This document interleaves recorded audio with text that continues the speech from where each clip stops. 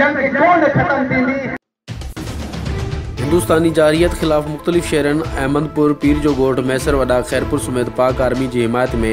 National peace committee सचवा ऐं ॿिनि तंज़ीमनि पारां रैलियूं कढियूं वयूं। शेर पाकिस्तान ज़िंदाबाद, पाक आर्मी ज़िंदाबाद ऐं मोदी सरकार मुर्दाबाद जे नारनि सां सॼो ॾींहुं गुंजंदा रहिया। इन सिलसिले में national peace committee for interfaith harmony सचवा समेत मुख्तलिफ तंज़ीमनि जे अॻुवाणनि national peace committee for interfaith harmony तालका चेयरमैन क़यूम मोहम्मद लाखो, तालका Kingri general secretary Ashraf Ali Metilo, information secretary Mir Mohammad Khoso, Sohrab Shaikh, Bashir Ahmed Khwaja, doctor Sher Bahadur Metilo, Abdul Sattar Samito, Syed Mehboob Ali Shah लकियारी, rice कुर्बान अली चांडियो, नसरुल्ला कलोड़ो, नदीम राजा मेतिलो, मोहम्मद यूसुफ मेतिलो ऐं ॿिनि जी अॻुवाणी में अहमदपुर, पीर जो गोठ,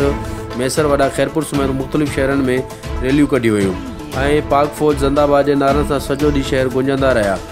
इन रस में अॻुवाणनि पारां पाक फ़ौज सां भरपूर यकजहती जो इज़हार पिणु कयो वियो ऐं अॻुवाणनि मीडिया सां ॻाल्हाईंदे चयो त हिंदुस्तानी जारियत असांजे हुबल वतनी जे जज़्बे ऐं बहादुर जे जज़्बे खे अहिड़ो त जॻायो आहे जो हाणे श्रीनगर, दिल्ली, बम्बई, अमृतसर समेत